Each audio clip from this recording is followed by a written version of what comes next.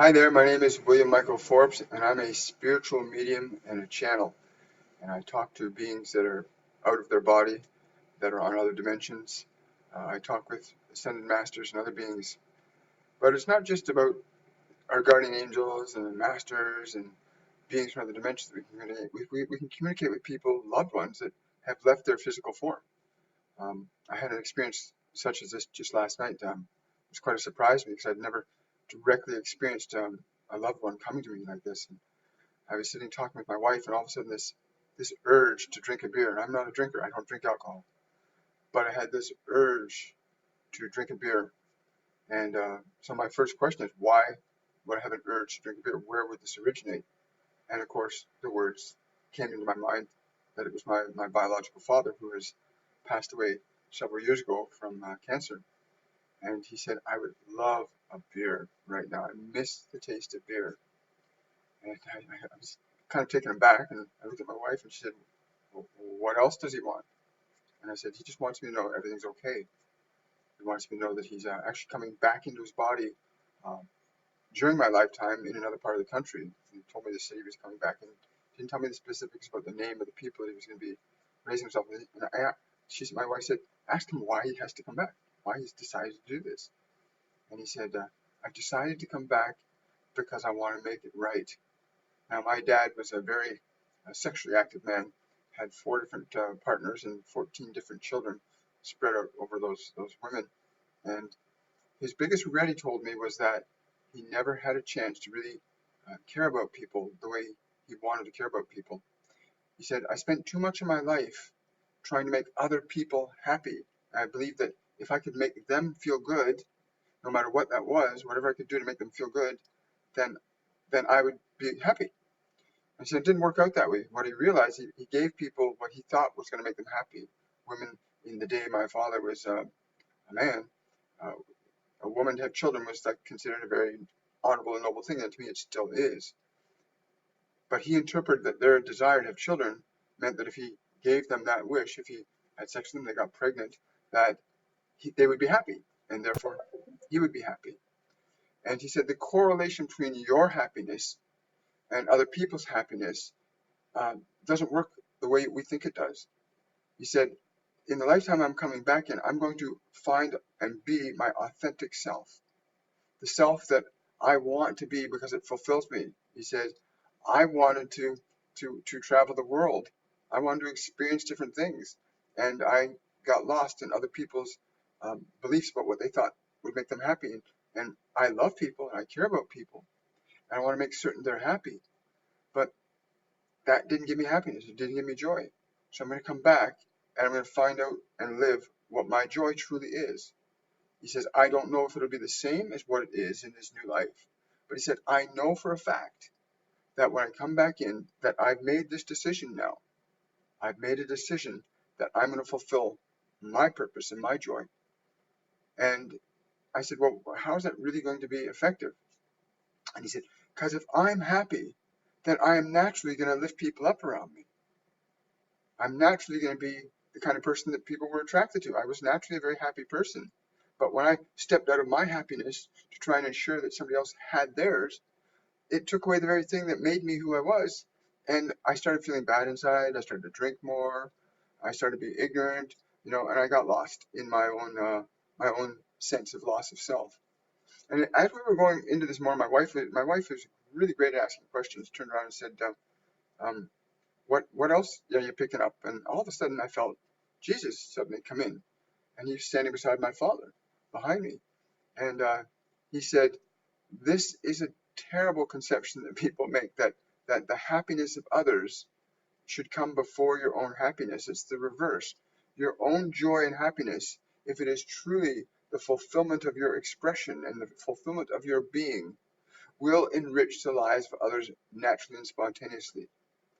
He said, Jesus said, and when I say happiness, I do not mean the happiness of the pleasure of your senses. That is a very limited form of happiness, only designed predominantly to allow the body to experience procreation and physical safety and comfort.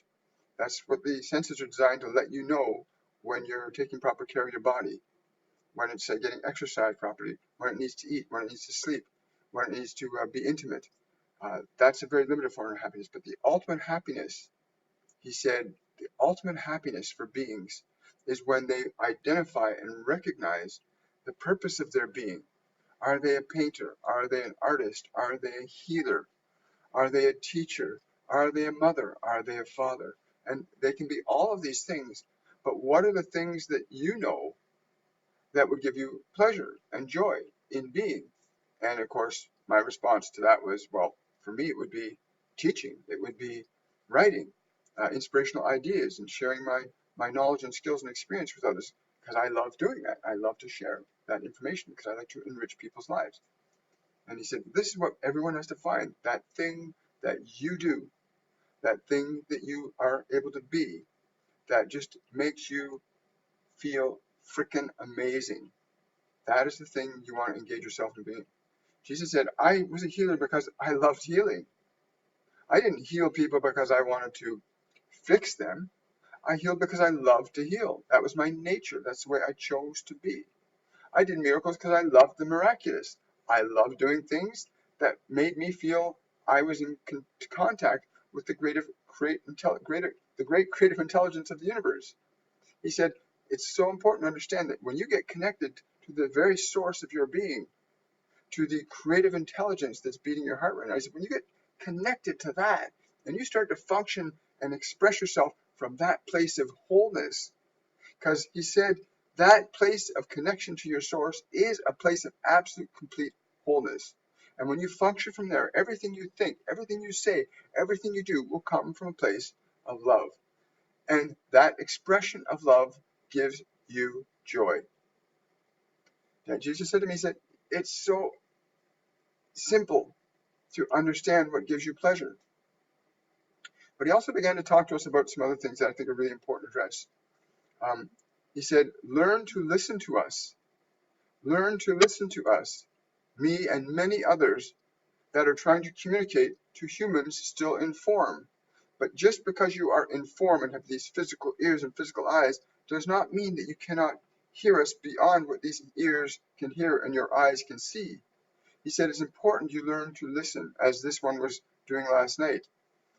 He's referring to when I had this desire for a beer come out of nowhere. And I suddenly came to the understanding that it was my father trying to communicate with me. That was the level that he felt that he could get my attention, and he certainly did, because I don't drink alcohol. So the idea of me having a beer was like, what? So what JC's talking about is getting to the place where you recognize when you get an urge or a sensation for something, it may not be because you want to do something you don't want to do, but somebody is trying to communicate with you. You might get a feeling like something's touching you at the back of your head. You might get a feeling in your heart or a desire for a meal or a hamburger or something. Consider who or what might be trying to communicate with you through that mechanism. Now, we're not going to ignore the reality that your body can get hungry and get thirsty, and you have to address those things. But when it comes out of nowhere, like me sitting and having a conversation with my wife about what we're going to be doing in the next few weeks, and me suddenly getting an urge for drinking, was completely out of context of the situation. And since that, I've noticed 3 or 4 other instances this morning where I've had a desire for certain things that aren't within my natural nature to do those things anymore. And I'm finding I can start communicating with people. So we were told to come on today and express this information to you so that you start to consider that some of the urges and behavior patterns you may have may not be actually yours. They could be someone attempting to communicate with you that's not in a physical body. And the only way they can communicate with you is on a mental or an astral level, a thought level, where they trigger a thought which triggers an awareness in your mind. You cannot have an effect without a cause, nor a cause without an effect. So it's really important to understand something just doesn't happen in your mind randomly. Something triggers it. For me last night, connecting with my father, after he had his transition, was pretty amazing for me. Because I'd always wondered, I've always known that when we physically, this physical form that I'm in stops to function, that does not mean I stop existing. It merely means the mechanism that I use to communicate to you right now is no longer functioning. The station is turned off. But the broadcaster, who I am, still exists. I still broadcast, but I'm broadcasting on a different frequency. And this, from my understanding, is what occurs when physical death happens. We move our consciousness to a different frequency of awareness that's outside the range of our normal physical senses. And they're now discovering technologies that can pick up these other frequencies. And we have for decades, sound frequencies, ultrasonic, subsonic. Um, we're beginning to discover X-rays, light frequencies that we could not see 150 years ago, that we're able to see. We're developing technologies that will verify and prove everything I'm saying right now, that when we physically cease to exist does not mean that we cease to exist in consciousness. We still exist. So for me to experience my biological father out of his form in a decision-making process about to come back into the body, and to actually feel him, to feel his essence, to feel his sense of compassion, his awakening, the joy that he feels at the opportunity, he gets to redo the journey on his terms this time. He gets to be conscious about it. But what he said, what really started me, when he first came to me, he was quite surprised, and he was quite, as much as I was, and he came to me in a way that was like, wow, I still am here. I wasn't aware I'm still here, but here I am. And I got through to you. He got through to me first. And that's what happens. They'll get through to the person or place or event or circumstances they can get to first. Whatever's going to resonate most with them is what you're going to pick up. And when you start learning how to shift your senses to sense that which your ears cannot hear, but your soul, your mind, your spirit can hear, when you start to allow yourself to connect to that, a whole other world is available to all of us. Knowledge, wisdom, inspiration, ideas that transcend what our normal physical world allows us to believe is true or not true. No, the idea of flying came down into somebody's mind, and it was persistent, kept coming and kept coming and kept coming, until finally flying became a reality. Somebody got it in their mind, held it in here long enough, and enacted it into the material experience that we call this matter, the world. And I believe that there are beings, and I know that there are beings on many planes that are seeking to connect to and understand life differently, help you to understand life differently, to help raise you up to a level of frequency and consciousness that you can express on this world, in this beautiful world, in ways you never imagined. But you've got to learn to step outside of what you think you know about life, or what you think you know about this thing they call death. To be willing to let go of what you think you know, and to just be open to something more than what you know, will create a space in your consciousness where what you do not know can come in and allow you to express your life in a brand new way. Some couple questions that Jesus said for me to pass on to you. And he said, remember to ask yourself questions. What is it I believe would make my life better than what it is today? And what would that feel like if my life were better than that? What type of people would I like to be learning from? What kind of places would I like to go? What sort of actions, when I perform them, give me absolute bliss? Absolute bliss. He said absolute is not actually the right word, but relative to where you are maybe in your life, absolute bliss is a state that's far better than the condition or experience of your life as it is right now. He says, if you knew how loved you truly are by this intelligence, this which I called my Father, if you truly knew how much he and she loves you, and you can feel that if you allow yourself to feel it, it's beating your heart right now. It allows you to have thought. It is the energy of your being. It's the movement of your emotions going through you. And if you understood that it just gives that energy to you for free without a price other than saying, use this, be and do and express all that you can. He says, it will not judge you, even in your errors, in your mistakes, or what you might call mistakes, you will not be judged. For the only judgment you'll ever experience is the judgment from yourself and the judgment of your own experience. That is when you say, think, or do something that does not support and sustain the expansion and expression of your being, you will experience discomfort. To the degree and extent you express yourself with more joy and passion and enthusiasm, to that degree and extent you'll feel rewarded by life. You'll feel more joy. The choice is always our own. The Creator never sits in judgment of any of us. He's saying it never sat in judgment of me. And when it was said that I and my Father became one, it is because we are all one. My Father and your Father are the same. We are equal in the eyes of the Father, Mother, God. We are all equal.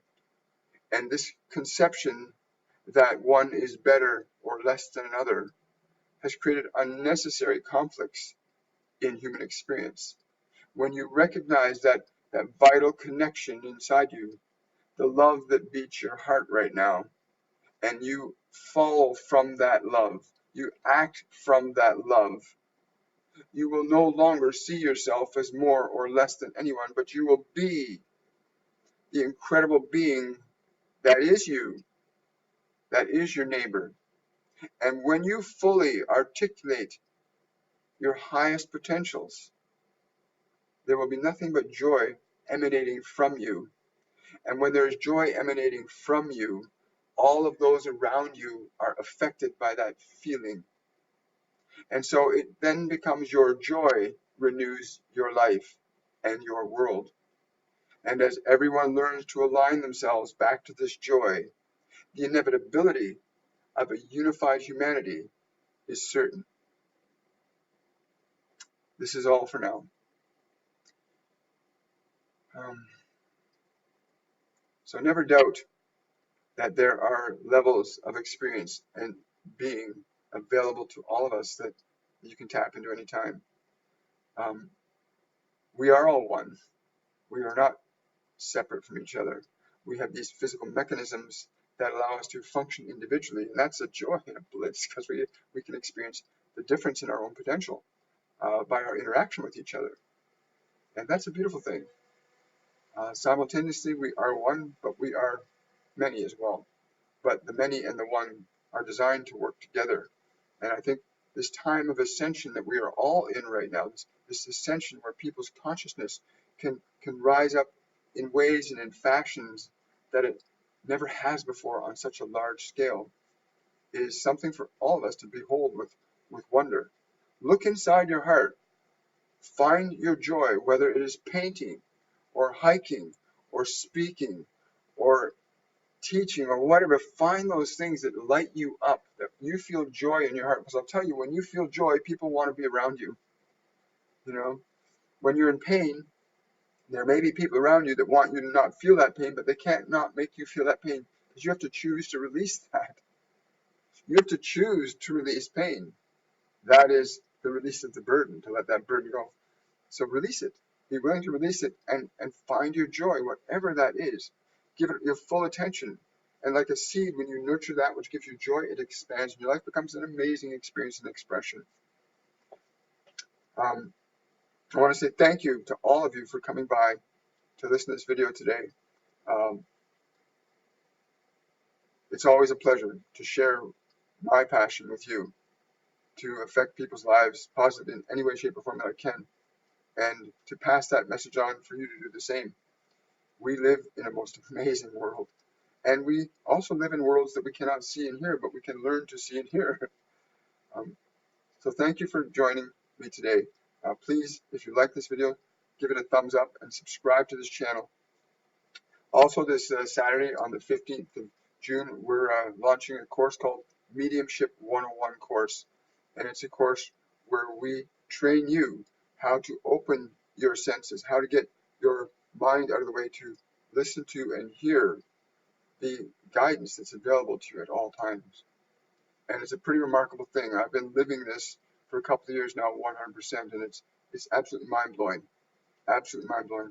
You know, 2 years ago, my body was really starting to feel old, and I was just listening one day, and I said, "What do I do to change this?"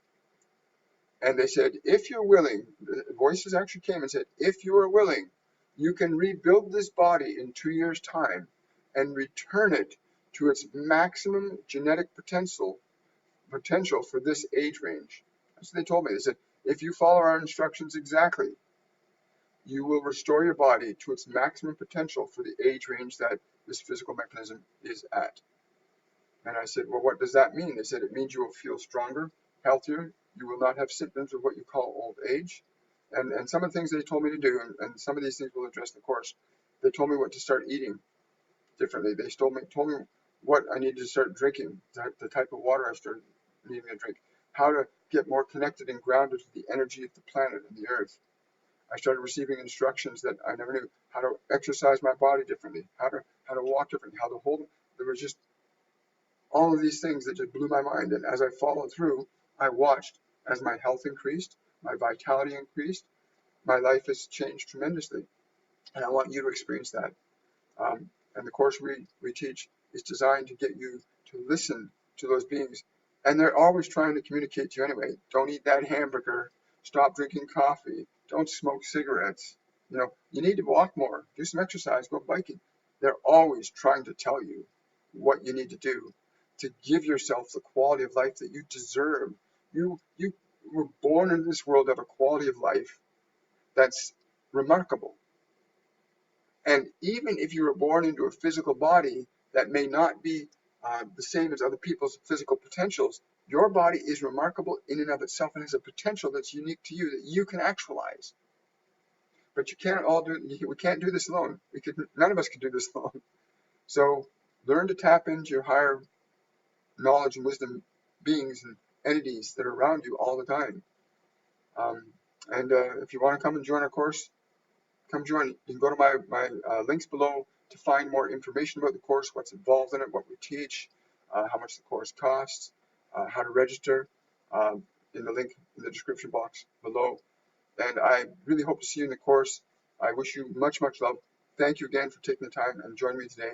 And we'll see you hopefully in the course. And if not, you'll see me in my next video, which won't be much more than another day or so.